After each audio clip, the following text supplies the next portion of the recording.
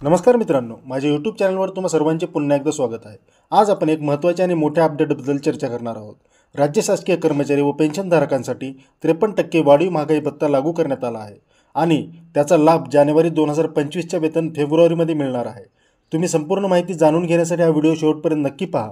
जर तुम्ही आमचे चॅनल सबस्क्राइब केले नसेल तर लगेचच सबस्क्राइब करा आणि बेल आयकॉनवर क्लिक करा, जेणेकरून अशाच महत्त्वाच्या अपडेट्स तुमच्यापर्यंत पोहोचत राहतील। राज्य सरकारचा निर्णय। केंद्र सरकारच्या धर्तीवर राज्य सरकारने 3% वाढीव महागाई भत्त्याचा निर्णय घेतला आहे।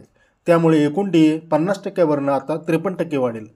1 जुलै 2024 पासून लागू होणार असून याची प्रत्यक्ष लाभ फेब्रुवारी 2025च्या वेतनात दिसेल। महागाई भत्त्याबरोबरच घरभाडे भत्त्यातही वाढ होणार आहे।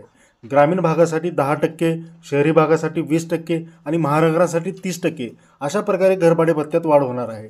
विविध कर्मचारी संघटनांनी तातडीने महागाई भत्ता लागू करण्यासाठी मुख्यमंत्री व अर्थमंत्र्यांकडे मागणी केली होती। हा निर्णय आता घेण्यात आला आहे। या निर्णयामुळे लाखो शासकीय कर्मचारी आणि पेन्शनधारकांना आर्थिक फायदा होणार आहे। वाढीव डीएमुळे महागाई सामना करणे सोपे होईल आणि घरभाडे भत्त्यात देखील वाढ होईल। आर्थिक स्थैर्याला बळकटी येईल।